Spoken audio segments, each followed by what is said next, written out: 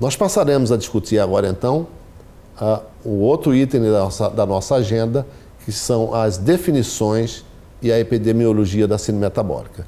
Um tema muito breve, porque as definições já estão mais ou menos caracterizadas.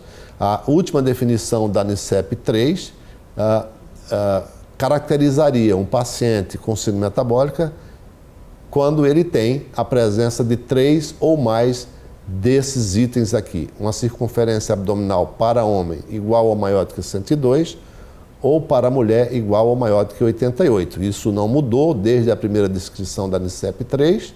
Os triglicerídeos aumentados, ou seja, maior do que 150 mg por decilitro, ou tratamento para a dislipidemia.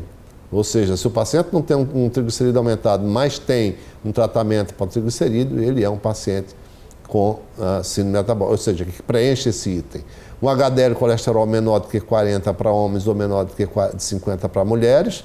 Uma pressão arterial sistólica igual ou maior do que 130 para uma diastólica igual ou maior do que 85 e uma glicemia de jejum igual ou maior do que 100. Então, se o paciente tiver 3 ou mais desses fatores de risco, ele é caracterizado como tendo síndrome metabólica. Então, essa é uma definição, que é a definição da NICEP-3, e é uma outra definição que também está sendo muito utilizada atualmente, quer dizer, são as duas definições mais em voga, é a definição dada pela International Diabetes Federation, que leva em consideração a etnia do paciente, ou seja, como os pacientes de etnias diferentes têm diferentes teores de gordura abdominal ou visceral, era óbvio ou era lógico de se admitir que eles podem serem diferentes em relação aos limites dados para a cintura. Então, no caso das pessoas de origem europeia,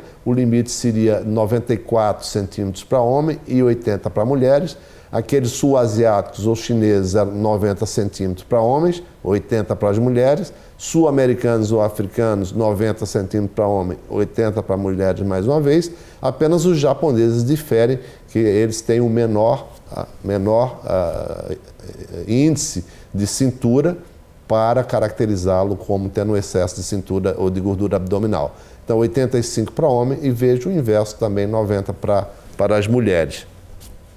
Então, observem que a grande validade disso aqui é se vocês estão examinando um paciente, mesmo brasileiro, e vocês querem utilizar o critério da IDF para definir a síndrome metabólica, vocês têm que olhar a etnia do paciente, não a nacionalidade do paciente. O paciente pode ser brasileiro, mas tem origem europeia, ou seja, a etnia, a ascendência dele é europeia, então a ideia é que você use a medida de 94 para homem e de 80 para mulheres.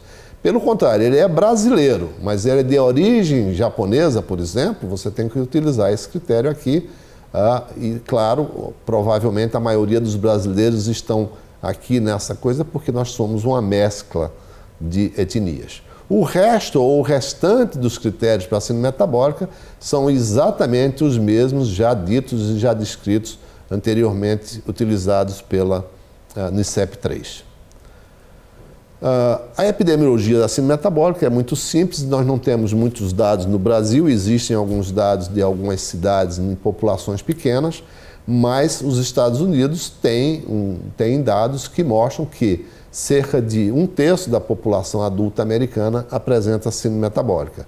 Claro que isso varia de idade para idade, vocês estão vendo aqui embaixo a idade de 20 a 29 até maior do que 70 anos de idade, e vocês observam que aumenta a prevalência de síndrome metabólica na população americana à medida que aumenta a idade.